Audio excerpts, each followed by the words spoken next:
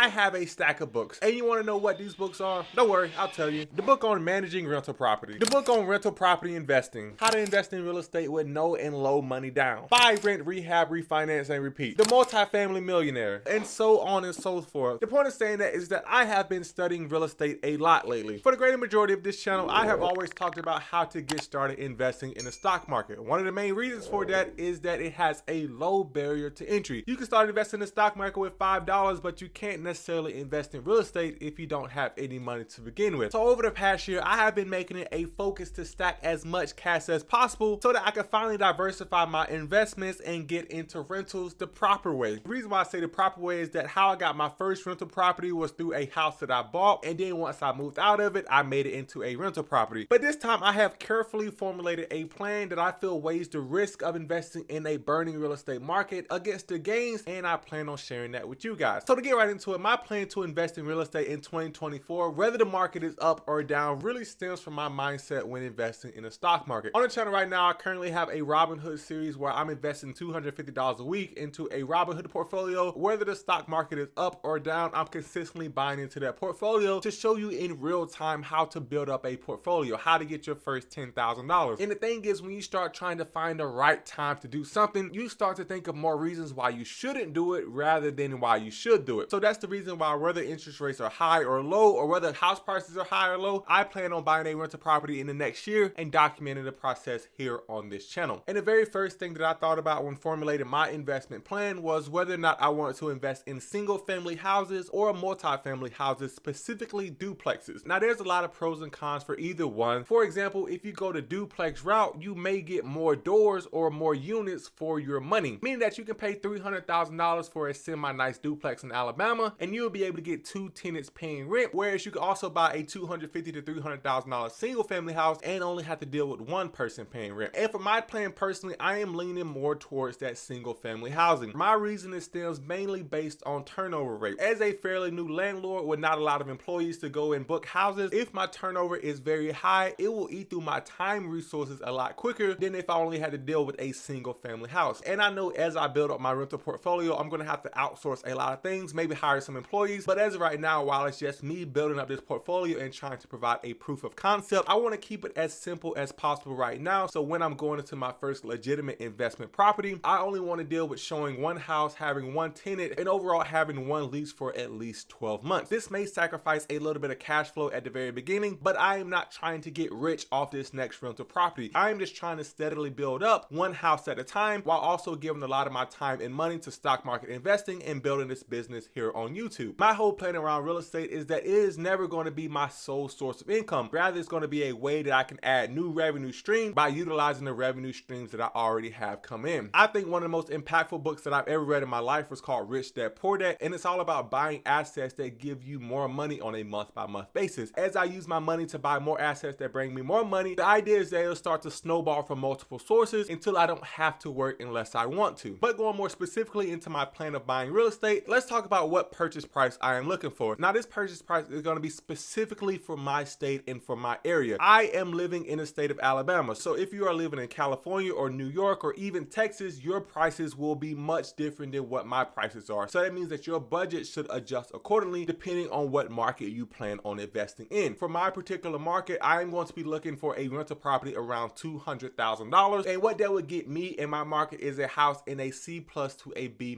neighborhood. Now, I don't want to get too complex here, but how it was explained to me is that there are 4 classes of neighborhoods. You have the A-class neighborhood, which is the high living, high luxury style neighborhoods. These houses can run from $650,000 plus all the way up to the millions, but typically this is going to be a gated high income community. After that, you have the B-class neighborhood, which can be defined as upper middle class. These people probably make over $75,000 a year. Their houses are typically worth between $350,000 to $600,000, and to some people this is going to be their lifelong goal. They probably have a very high HOA, and people in these neighborhoods typically aren't looking to rent houses for a very long time unless they plan on moving a lot. The only reason that I found that someone would rent a house in a B-class neighborhood is if a high income person is moving for a job and they don't know where they want to buy a house yet, so they are really just looking for someone to live on a temporary basis before they make a very big purchase. And then after that, you have the C-class neighborhood, which is basically the working class. This is going to have the incomes between $25,000 a year and $65,000 a year. Their houses are worth anywhere between $150,000 to $300,000, and this is is really the class of community where people are looking to rent houses out of necessity. This community may not be financially able to save up the money for a down payment for a house, so they are looking for a house that they can rent on a long-term basis where they can feel safe and secure in their community, not have to worry about a lot of crime, and still have all of their needs met. And then everything below the C class is basically the ghetto, where you have a lot of crime, a lot of shooting. And unless you want to be a slumlord or a Section 8 landlord, I personally wouldn't recommend investing in these communities, but to each his own. If you think you can make it work, as a lot of people do, then go for it. But my plan personally is to invest in C class communities